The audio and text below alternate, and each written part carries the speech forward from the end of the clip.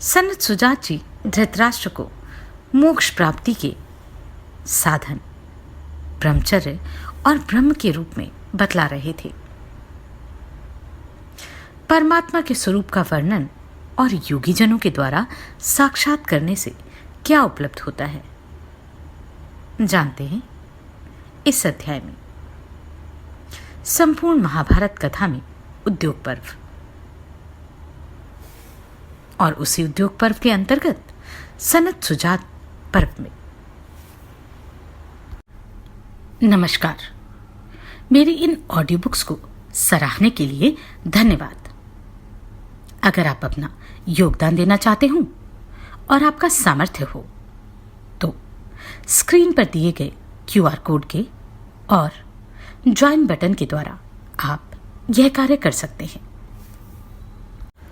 सनत सुजात जी कहते हैं, राजन, जो शुद्ध ब्रह्म है वह महान, ज्योतिर्मय, दैदीप्यमान एवं विशाल यश रूप है। सब देवता उसी की उपासना करते हैं। उसी के प्रकाश से सूर्य प्रकाशित होते हैं। उस सनातन भगवान का योगीजन साक्षात्कार करते हैं। शुद्ध सच्चिदानंद परब्रह्म से हिरण्यगर्भ की उत्पत्ति होती है तथा उसी से वह वृद्धि को प्राप्त होता है। वह शुद्ध ज्योति ब्रह्म ही सूर्यादि संपूर्ण ज्योतियों के भीतर स्थित होकर सबको प्रकाशित कर रहा है और तपा रहा है। वह स्वयं सब प्रकार से अतप्त और स्वयं प्रकाश है।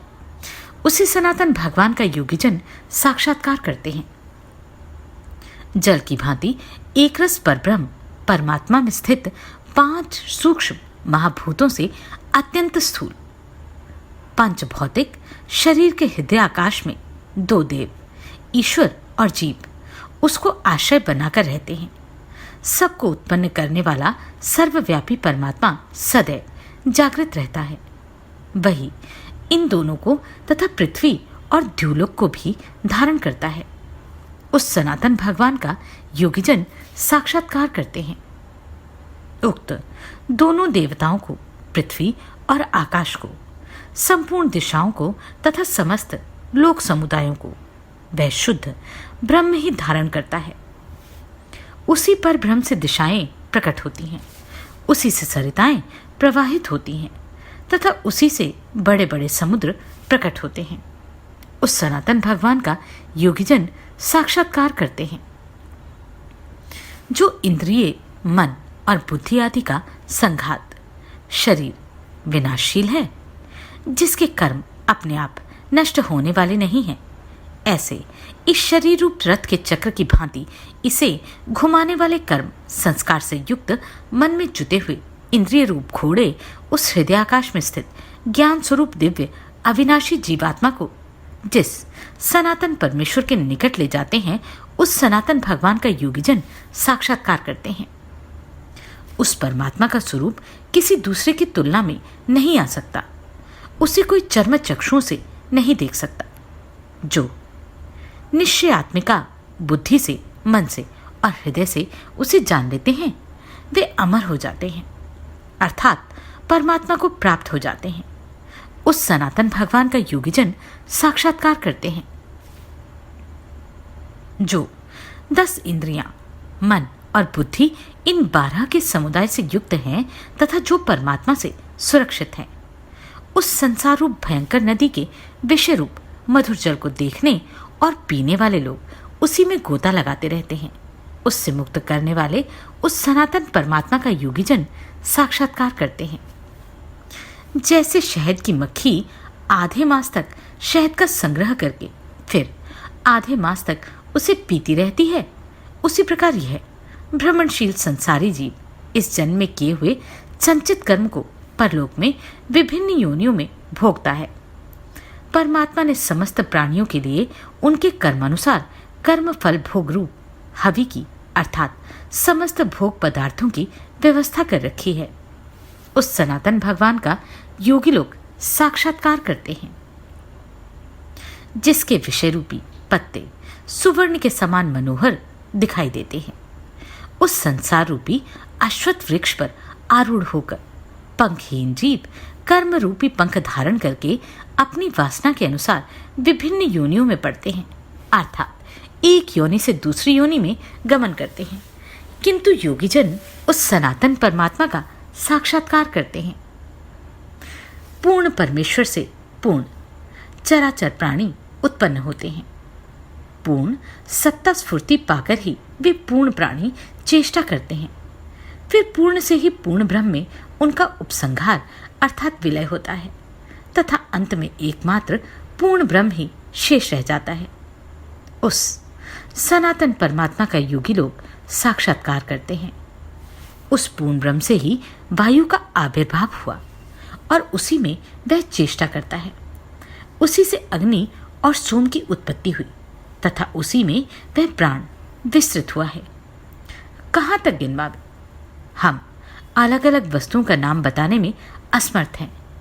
तुम इतना ही समझो कि सब कुछ उस परमात्मा से ही प्रकट हुआ और उस सनातन भगवान का योगी लोग साक्षात्कार करते हैं।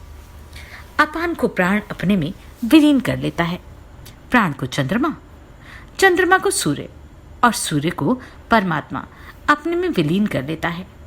उस सनातन परमेश्वर का योगी लोग साक्षात्कार करते हैं। इस संसार सलिल से ऊपर उठा हुआ हंसरूप परमात्मा अपने एक पाद अर्थात जगत को ऊपर नहीं उठा रहा है। यदि उसे भी वह ऊपर उठा ले तो सबका बंध और मोक्ष सदा के लिए मिट जाए। उस सनातन परमेश्वर का योगीजन साक्षात्कार करते हैं।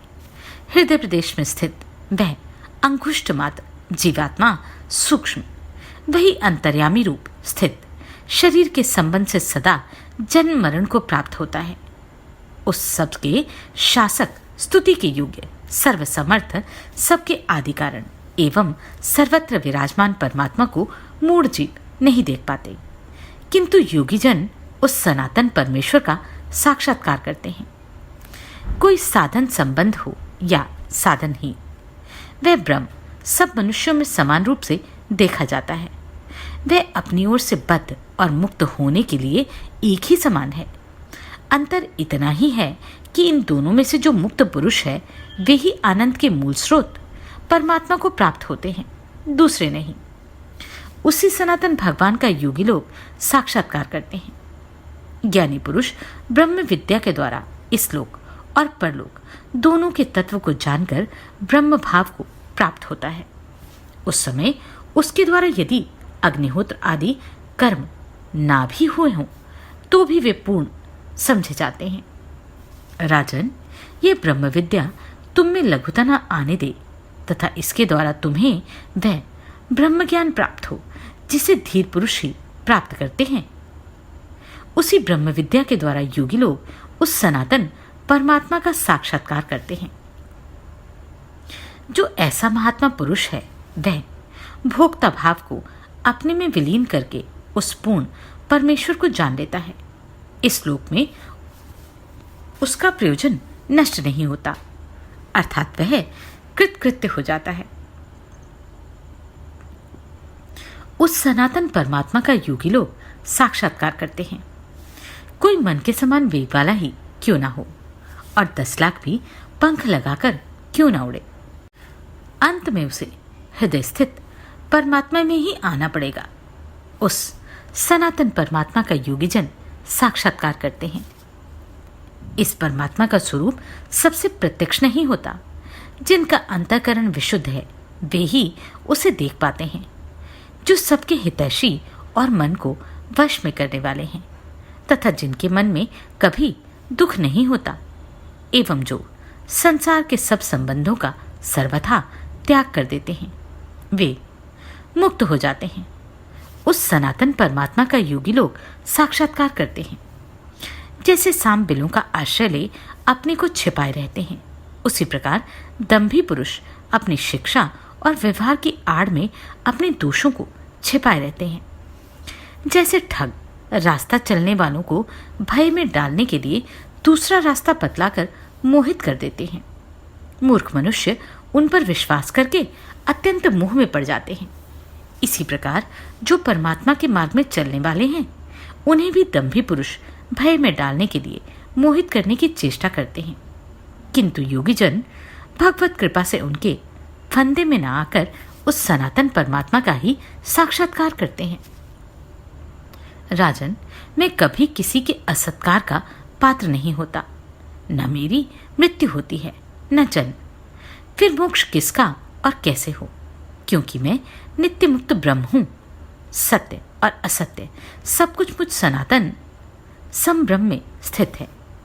एकमात्र मैं ही सत्य और असत की उत्पत्ति का स्थान हूं। मेरे स्वरूपभूत उस सनातन परमात्मा का योगीजन साक्षात्कार करते हैं। परमात्मा का न तो साधु कर्म से संबंध है, न असाधु कर्म से। ये विषमता तो देह अभिमानी मनुष्यों में ही देखी जाती है। ब्रह्म का स्वरूप सर्वत्र समान ही समझना चाहिए। इस प्रकार ज्ञान योग से युक्त होकर आनंदमय ब्रह्म को ही पाने की इच्छा करनी चाहिए।